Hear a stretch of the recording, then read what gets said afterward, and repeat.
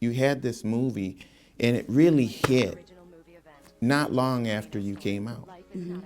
And it kind of really shaped the public's, knowledge of you. Was that true to your life? Or when someone makes your life into a Hollywood movie, do you watch it and say, well, they kind of changed this or that? Was that?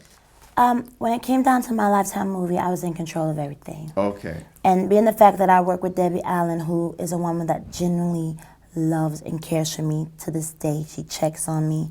I don't think she would have allowed anybody to come in and make things worse than what they already were. Yes, I won the Idol, but there were still so many people who said, how could she be an idol and she's a young mother?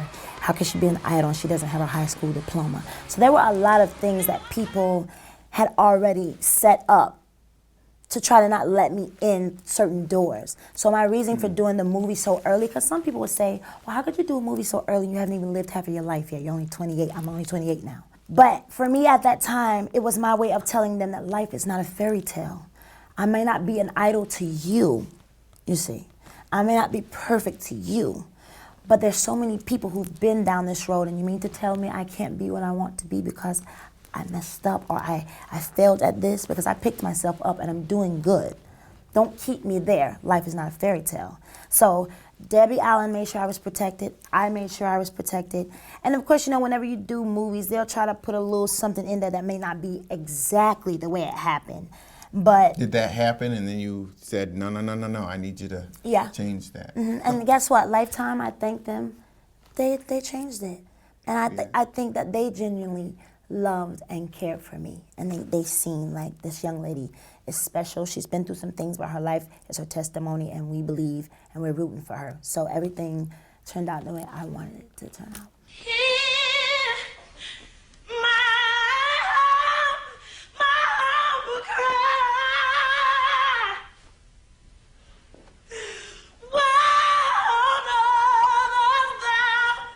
So really, it was a good thing for your career as well to do that movie. Yeah, guys, I think it opened up the eyes of the people to say, you know what?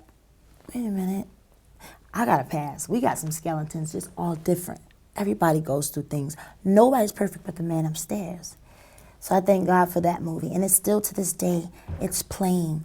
And if I go to different places, people come to me, not just black, white, young, old, men and women. And some part in that movie that they'll say, thank you, that blessed me. So, job well done.